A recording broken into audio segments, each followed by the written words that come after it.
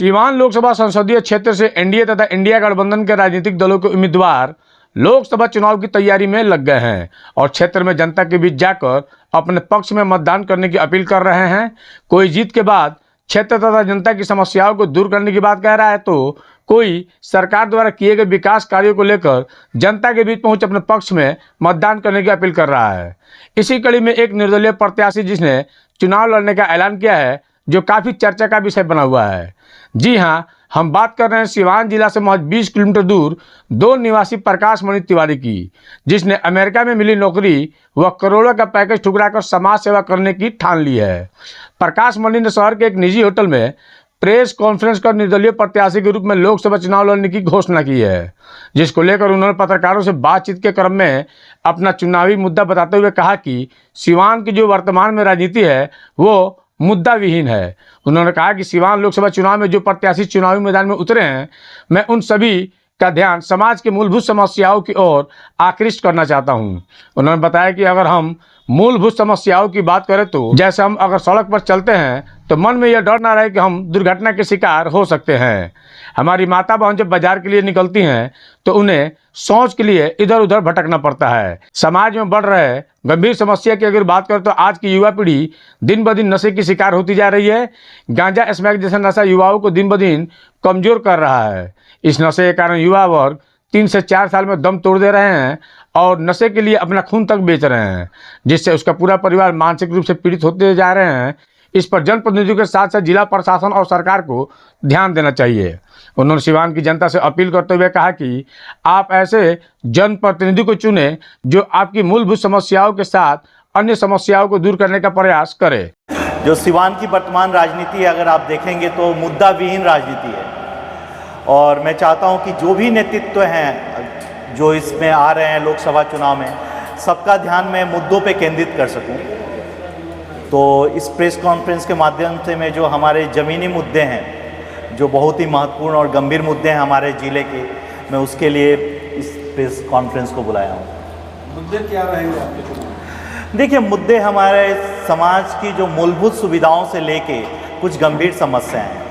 जब हम मूलभूत सुविधाओं की बात करते हैं तो मैं जीवन स्तर को सुधारने की बात करता हूँ। जीवन स्तर सुधारने का मतलब होता है कि जब आप रोड पे चलते हैं तो आपके मन में ये डर न रहे कि हमारा रोड एक्सीडेंट हो जाएगा। जीवन स्तर सुधारने का मतलब ये होता है कि जब आपकी माता बहनें या कोई भी अगर किसी बाज़ार में जाती है तो शौचालय के लिए उनको रोड के किनारे नहीं बैठना पड़े।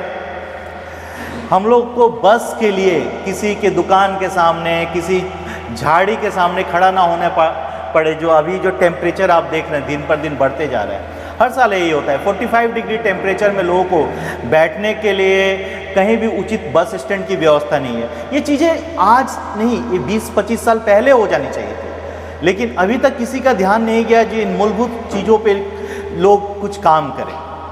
इसके बाद हमारे समाज में कुछ बहुत ही गंभीर समस्याएं हैं। गंभीर समस्याओं में जो सबसे गंभीर समस्या है, जिस पे सभी प्रतिनिधि, प्रशासन और हमारे जो भी मुख्यमंत्री हैं, सबका ध्यान इस पे जाना चाहिए।